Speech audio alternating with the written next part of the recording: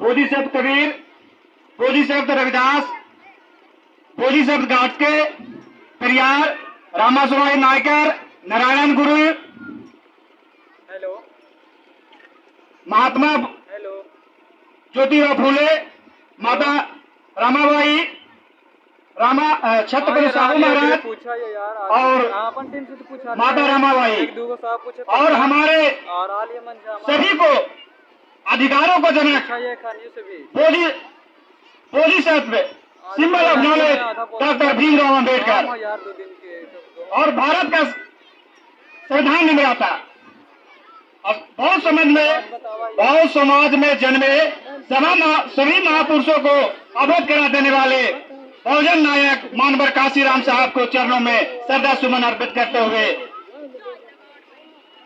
मैं अपना यहाँ से भाषण शुरू करता हूँ। साथियों, ये हमारा जयंती सिर्फ जयंती नहीं है, ये सामाजिक क्रांति का बीज है। आप अगर इसको देखेंगे, आप उनका इतिहास को खंगोलेंगे तो बहुत महान पुरुष हुए हैं। बाबा साहब चाहते थे कि इस देश में सामाजिक परिवर्तन हो, आर्थिक परिवर्तन हो। ये इसके लिए आपको वोट का अधिकार दिया। 1 वोट 1 वैल्यू, 1 वोट 1 वैल्यू, ये सबसे बड़ा अधिकार आपको मिला था। क्या किसी वर्ग विशेष को मिला है? ये सभी वर्गों को मिला है। मगर आप वोट का अधिकार का क्या करते हैं? इसका दुरुपयोग करते हैं। 1952 के स्पीच में बाबा साहब बोलते हैं कि अमीरों को पैसों से गरीबों को वोट के साथ खिलवाड़ किया जाएगा और वो क्या होगा? आपका वोट खरीद के मुर्गा पे, दारू पे, ये आपका दुरुपयोग होगा, अधिकारों का हनन होता है। ये बाबा साहब नहीं चाहते थे। वो चाहते थे सबसे पहले भारत में अगर कोई लोकतंत्र की मांग किए हैं तो वो B.R. अम्बेडकर साहब थे। अगर भारत में आज अगर संवैधानिक प्रक्रिया या भारत में लोकतंत्र की स्थापना है तो वो B.R. अम्बेडकर के देन है। वो चाहते थे कि भारत में ऐसी सरकार हो जो हमारे दुख सुख को, हमारी विकास की योजनाओं को, शिक्षा पे, रोजगार पे और हमारे लिए सामाजिक परिवर्तन के लिए काम करे। क्या आपके साथ ऐसा हो रहा है? आज भी आप जातीय भेदभाव के दंश से झेलते हैं। आप चाहे जितना भी बड़ा ओहदे पर हो जाओ, मगर आपको आज भी जातीय भेदभाव को झेलना पड़ता है। ये सबसे बड़ा विडंबना है। ये बाबा साहब नहीं चाहते थे।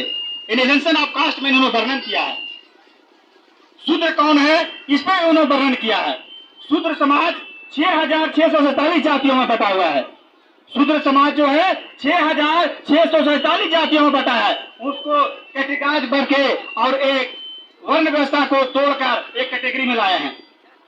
आप मनुष्य मृत्यु को पढ़ेंगे, उसमें 4 वर्णों का व्याख्या किया गया है।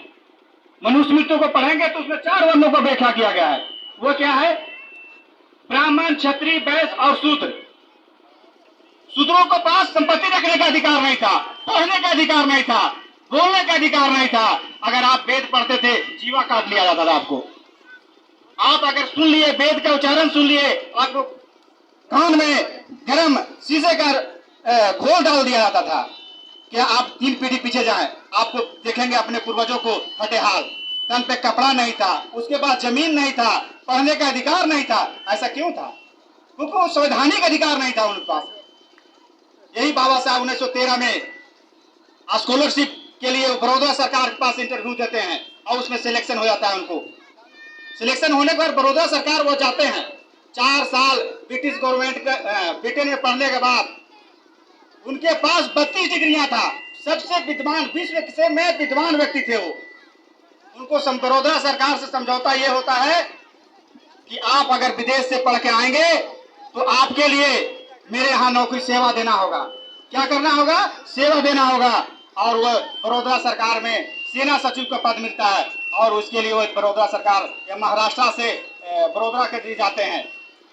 जाने के उपरांत वो देखते क्या है, आज भी सेना सचिव का बहुत बड़ा पद होता है। सेना सचिव के पास सुरक्षा कर्मी होता है, सचिव होता है, चपरासी होता है, फाइल ले जाने के लिए और रिसीव करने के लिए गाड़ियां आता है। मगर उनके साथ जैसे ही बड़ौदा स्टेशन उतरते हैं तो देखते हैं कि उनके लिए कोई नहीं आता है। किसी तरह वह बड़ौदा पहुंचते हैं, बड़ौदा सरकार के ऑफिस में पहुंचते हैं और 11 दिन वो कार्य करते हैं। पारसी के धर्मशाला में वह रूम खोजने जाते हैं बड़ौदा में कि हमें कहीं भी रूम मिल जाए जिससे मैं रह सकूं और मैं यहाँ नौकरी कर सकूं। उन्होंने पूछता है कि आप किस जाति से हैं, किस धर्म से है। जैसे ही वो बताते हैं कि मैं हिंदू धर्म में हूँ और जाति अस्पृश्य हूँ। कहता है अस्पृश्यों के लिए, शूद्रों के लिए हम रूम नहीं देते हैं। अब शूद्र बताइए कौन है? शूद्र ओबीसी, एससी, एसटी, ये 3 वर्ग जो है शूद्र है, जिसको संपत्ति रखने का अधिकार नहीं था, पढ़ने का अधिकार नहीं था, न बोलने का अधिकार था, यहाँ तक उसको चलने का अधिकार नहीं था। आप 3 पीढ़ी जाएंगे अपने पूर्वजों के पास तो देखेंगे कि क्या है, उसके पास कोई अधिकार नहीं है। मगर जैसे ही एमपी, विधायक, मास्टर, टीचर, डॉक्टर बनता है, कहता है कि माता रानी ने बुलाया है और वो चल पड़ता है कमंडल और डंडल लेके माता रानी के पास। क्या माता रानी ने आपको विधायक, एमपी बनाया है? माता रानी ने क्या आपको टीचर और कलेक्टर और एडवोकेट बनाया है? ये संवैधानिक अधिकार है। अगर संवैधानिक अधिकार नहीं होता तो आज भी आप मजदूर होते, आज भी वही मजदूरी करने के लिए विवश होते, उसी का गुलामी करने के लिए विवश होते। मगर जैसे ही आपको धन संपत्ति और शैक्षणिक अधिकार आता है, आप कहते हैं कि माता रानी ने बुलाया है, माता रानी के बुलाया है, चलो पहाड़ों को रानी का। और आप लेते हैं कमंडल, मल्ला लेते हैं और दौड़ पड़ते हैं। यहाँ से यहाँ देखें, गले में आपका मंडल रहेगा, धागा रहेगा। जिसको पढ़ने का अधिकार नहीं था, मंदिर में घुसने का अधिकार नहीं था, बेगारी करने का अधिकार था, आज संवैधानिक अधिकार मिलने के बाद अगर आज किसी ने किसी को मंदिर में जाने से रोकता है तो एक तय लगा हुआ है, आप केस करेंगे, उसको जेल में डाला जाएगा। ऐसा क्यों है? आज क्यों उसको किया जाता है? क्योंकि आज को संवैधानिक अधिकार दिया गया है। तो इसी चीज को परिवर्तन करना है आपको। सामाजिक परिवर्तन के बिना आपको परिवर्तन हो ही नहीं सकता है। वो बड़ौदा सरकार में जाता है, 11 दिन नौकरी करने के बाद वहां पे पारसी धर्मशाला में कहता है कि अस्पृश्यों और शूद्रों को लिए आपके यहाँ पे रूम नहीं मिलता है। और वो रात के 12 बजे ही उनको बाबा साहब को रूम से निकाल दिया जाता है। वो सैया जी गायकवाड़ आज भी पार्क है, संकल्प भूमि के नाम से बड़ौदा है। मैंने सितंबर में वहां से घूम के आया है और देखा उस पार्क में आज भी स्मृति चिन्ह बना हुआ है और उनका विवरण किया हुआ है। वो क्या है? उन्हें संकल्प लिया, वही 12 बजे रात को वो सोचते हैं कि दुनिया का सबसे मैं पढ़ा लिखा, मैं साफ सुथरा रहने वाला, मुझसे कोई विद्वान व्यक्ति नहीं। अब मेरे साथ अगर ऐसा व्यवहार किया जाता है, अगर मुझे समझ में आता गंदगी से व्यवहार किया जाता, शिक्षा के कारण व्यवहार किया जाता तो समझ में आता था। मैं तो पढ़ा लिखा हूँ, अपने भारत में सबसे पढ़ा लिखा व्यक्ति मैं हूँ शूद्र वर्ण में, मगर मेरे साथ ऐसा व्यवहार किया जा रहा है। क्यों किया जा रहा है? इसलिए किया जा रहा है कि मैं हिंदुओं को अस्पृश्य हूँ, अस्पृश्यों के हूँ, इसके लिए मेरा व्यवहार किया रहा है। वो बरगद का पेड़ आज गिर गया है, मगर वहां पे लगा हुआ है बड़ौदा में, सैया जी गायकवाड़ पार्क है, वहां पे लगा हुआ है। उसी पार्क में बैठते हैं और सोचते हैं कि भारत में इतना जटिलता है, इतना छूत है, संवैधानिक अधिकार, कोई भी अधिकार इनके पास नहीं है, कि इनको कैसे दिया जाए।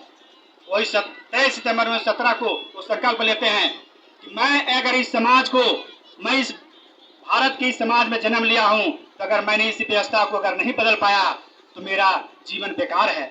और कहते हैं कि मैं अगर व्यवस्था को पूरा जीवन लगा के अगर नहीं बदल पाया तो अब मैं अपने आप को गोली मार लूंगा। सोचिए, 26 साल का उम्र था उनको, उस समय कितना उम्र था? 26 साल मात्र था। 26 साल का लड़का यंग, और वो कहता है कि मैं अगर इस व्यवस्था को भारत में नहीं बदल पाया तो अपने आप को गोली मार लूंगा। और वो संकल्प लेने के बाद 9 जनवरी 1931 को गोलमेज सम्मेलन के लिए इनका ब्रिटिश गवर्नमेंट के पास लिखते हैं लेटर कि भारत में एक तो अंग्रेजों के द्वारा गुलाम है, दूसरा है ये धार्मिक गुलामी यहाँ फंसा हुआ है।